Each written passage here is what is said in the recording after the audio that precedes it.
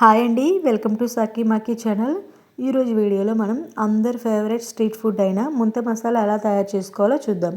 ఇంట్లో ఉండే వాటితోనే చాలా సింపుల్గా ముంత మసాలా తయారు చేయొచ్చండి. సేమ్ బండి మీద తినే టేస్టే వస్తుంది. పిల్లల నుంచి పెద్దల వరకు కూడా చాలా ఇష్టంగా తింటారండి. ఇంక లేట్ చేయకుండా వీడియోలోకి వెళ్దాం. దీనికోసం బాగా కరకరలాడే మరమరాలు తీసుకోవాలి. నేను ఇక్కడ ఒక పెద్ద బౌల్ మరమరాలు తీసుకొని మిక్సింగ్ బౌల్లో వేసుకున్నాను. అలాగే ఒక కప్పు అటుకులు ఆయిల్లో ఫ్రై చేసినవి తీసుకోవాలి.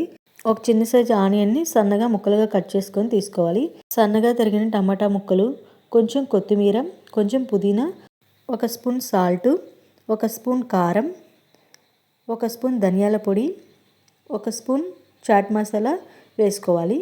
తర్వాత 2 బజ్జీలని తీసుకొని సన్న ముక్కలుగా కట్ చేసుకొని వేసుకోవాలి. బజ్జీ లేకపోయినా బాగుంటుందండి. మీకు అవైలబుల్గా ఉంటే వేసుకోండి, లేకపోతే స్కిప్ చేయండి. బజ్జీ వేసుకుంటే సేమ్ మన బండి మీద తినే టేస్టే వస్తుందండి. ఆ బజ్జీ ముక్కలను కూడా వేసుకోవాలి. తర్వాత ఆయిల్లో ఫ్రై చేసిన పల్లీలని వేసుకోవాలి. ఫైనల్గా 2 టేబుల్ స్పూన్ నెయ్యి వేసుకోవాలి. నెయ్యి లేకపోతే ఆయిల్ అయినా వేసుకోవచ్చండి. నెయ్యి వేసుకుంటే టేస్ట్ ఇంకా బాగుంటుంది. తర్వాత నిమ్మరసం పిండుకొని బాగా చేత్తో మిక్స్ చేసుకోవాలి. మనం కలుపుకునేటప్పుడే కొంచెం పిసుకుతూ కలుపుకోవాలి. అప్పుడు ఉల్లిపాయ, టమాటా, మసాలా ఫ్లేవర్స్ అన్నీ కూడా బాగా పడుతుంది. టేస్ట్ అయితే బాగా వస్తుందండి.